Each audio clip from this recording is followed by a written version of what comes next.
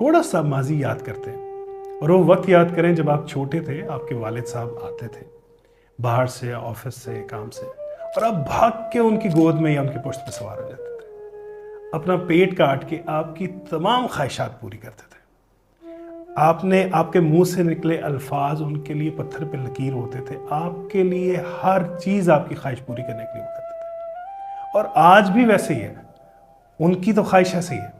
آپ بڑے ہو گئے، لیکن اب وقت ایسا آ گیا کہ آپ کے بڑے گھر کے اندر ان کے لیے کمرہ نہیں ہے، آپ کی مصروف زندگی میں ان کے لیے کوئی ٹائم نہیں ہے۔ آج وہ آپ کو دیکھنا چاہتے ہیں مگر آپ ان کو نہیں دیکھنا چاہتے۔ یہ وہی باپ ہے جس کی بچپن میں آپ ایک جھلک دیکھنے کے لیے کتنے دور سے بھاگ کے آتے تھے، مگر آج اپنی مصروف زندگی کے باعث